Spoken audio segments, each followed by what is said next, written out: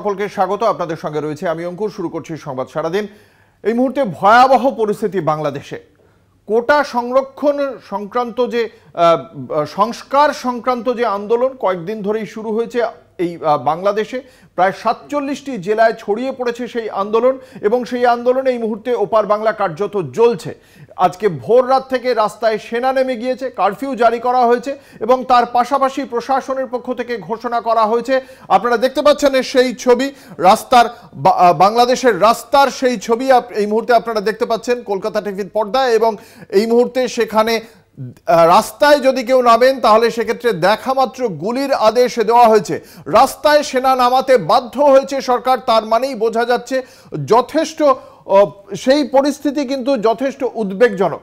এবং এই জায়গা থেকে আমরা যেটা দেখতে পাচ্ছি যে আন্দোলন শুরু হয়েছিল সেই আন্দোলনের কারণও কিন্তু খুব গুরুত্বপূর্ণ। তার কারণ দীর্ঘদিন ধরে হাসিনা সরকারের পক্ষ থেকে আমরা দেখেছিলাম বাংলাদেশে সব মিলিয়ে প্রায় ৫৬% সংরক্ষণ রয়েছে। এই ৫৬% সংরক্ষণের মধ্যে ৩০% সংরক্ষণ রয়েছে শুধুমাত্র যারা মুক্তিযুদ্ধে অংশগ্রহণ করেছিলেন সেই সমস্ত পরিবারগুলির জন্য। আমরা এই মুহূর্তে সেই বাংলাদেশে এই যে ৫৬% মধ্যে এই যে ৩০% সংরক্ষণ, তারই প্রতিবাদে ছাত্রছাত্রীরা তারা রাস্তায় নেমেছে, এবং তারই জায়গায় আজকে কারফিউ এবং রাস্তায় নেমেছে সেনা। সর্বশেষ কি পরিস্থিতি আমরা জানবো। আমাদের সঙ্গে রয়েছেন আমাদের অ্যাসাইনমেন্ট হেড দিব্যেন্দু ঘোষ। দিব্যেন্দু, কি জানতে পারা যাচ্ছে, সর্বশেষ কি পরিস্থিতি বাংলাদেশের?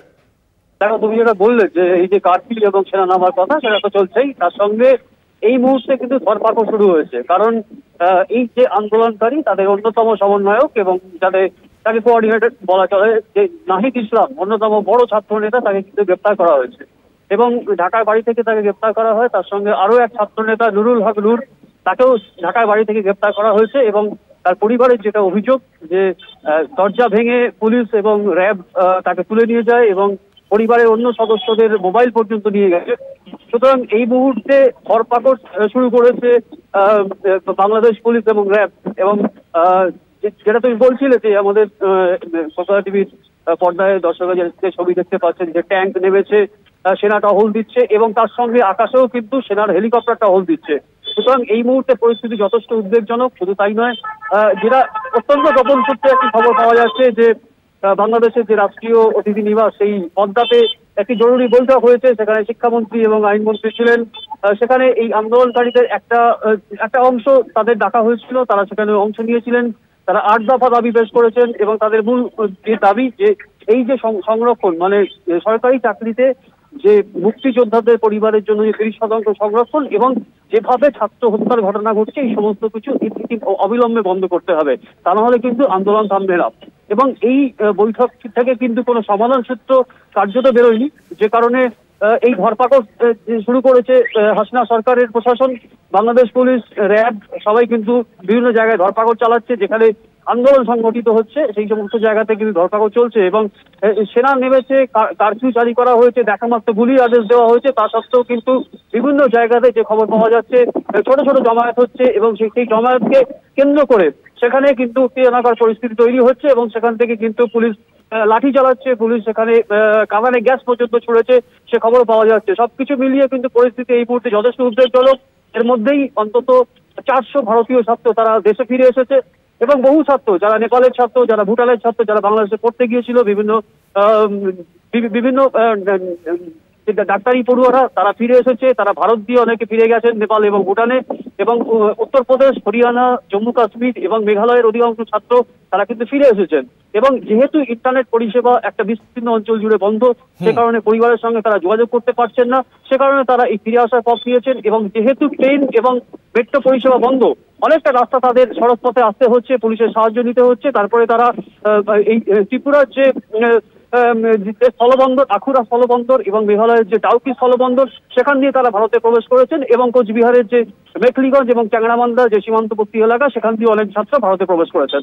দিব্যেন্দু, তুমি আমাদের জানালে যে একদিকে যেমন ধরপাকড় চলছে, দুজন গুরুত্বপূর্ণ একজন কোঅর্ডিনেটর এবং আরেকজন ছাত্রনেতাকে গ্রেপ্তার করা হয়েছে, অন্যদিকে একটা বৈঠক হয়েছে অসমর্থিত সূত্রে, সেটাও জানা যাচ্ছে। তার মানে কি প্রশাসনের পক্ষ থেকে ছাত্র আন্দোলনের যারা রয়েছে নেতৃত্ব স্থানীয়, তাদের মধ্যে একটা ডিভাইড অ্যান্ড রুল করার চেষ্টা করা চলছে, যে একদিকে সেনা নামিয়ে দিয়ে এই আন্দোলনকে যেমন থামানো, তার পাশাপাশি নেতৃত্বের একাংশকে গ্রেপ্তার এবং আরেক অংশকে ভাগ করে নিয়ে তাদের সঙ্গে আলোচনা।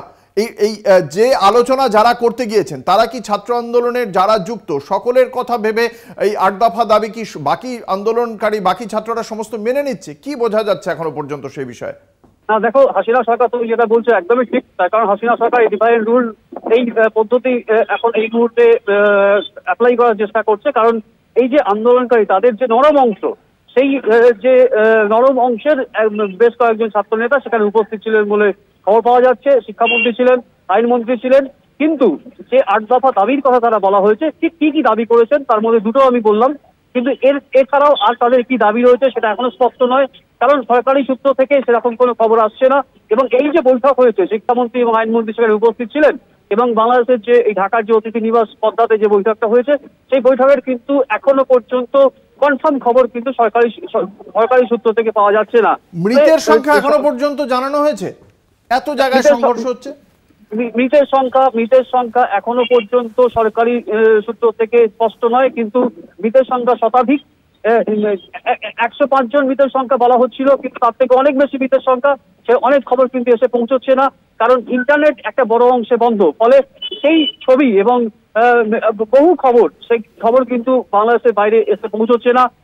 বিভিন্ন ছাত্রছাত্রী যারা ফিরে আসছে বাংলাদেশ থেকে, তারা অনেক কিছু খবর দিচ্ছেন, তারা অনেক কিছু জানানোর চেষ্টা করছেন কিভাবে তাদের ফিরতে হয়েছে, কতটা অসুবিধার মধ্যে তাদের পড়তে হয়েছে। তারা যে বাংলাদেশে ছিল, ঝামেলা শুরু হওয়ার পর বা অশান্তি শুরু হওয়ার পরেও কিন্তু তারা সেখানে থাকতে চেয়েছিলেন, কিন্তু যা পরিস্থিতি, রাস্তায় বেরোলেই যে পরিস্থিতির সম্মুখীন তাদের হতে হচ্ছে, তার ফলে একটা বড় সমস্যার মধ্যে পড়তে হচ্ছে। এবং ইন্টারনেট যেহেতু বন্ধ, পরিবারের সঙ্গে তারা যোগাযোগ করতে পারছেন না, যে কারণে তারা বাড়ি ফিরে আসার সিদ্ধান্ত নিচ্ছেন। ধন্যবাদ। আমাদের সঙ্গে ছিলেন আমাদের অ্যাসাইনমেন্ট হেড দিব্যেন্দু ঘোষ।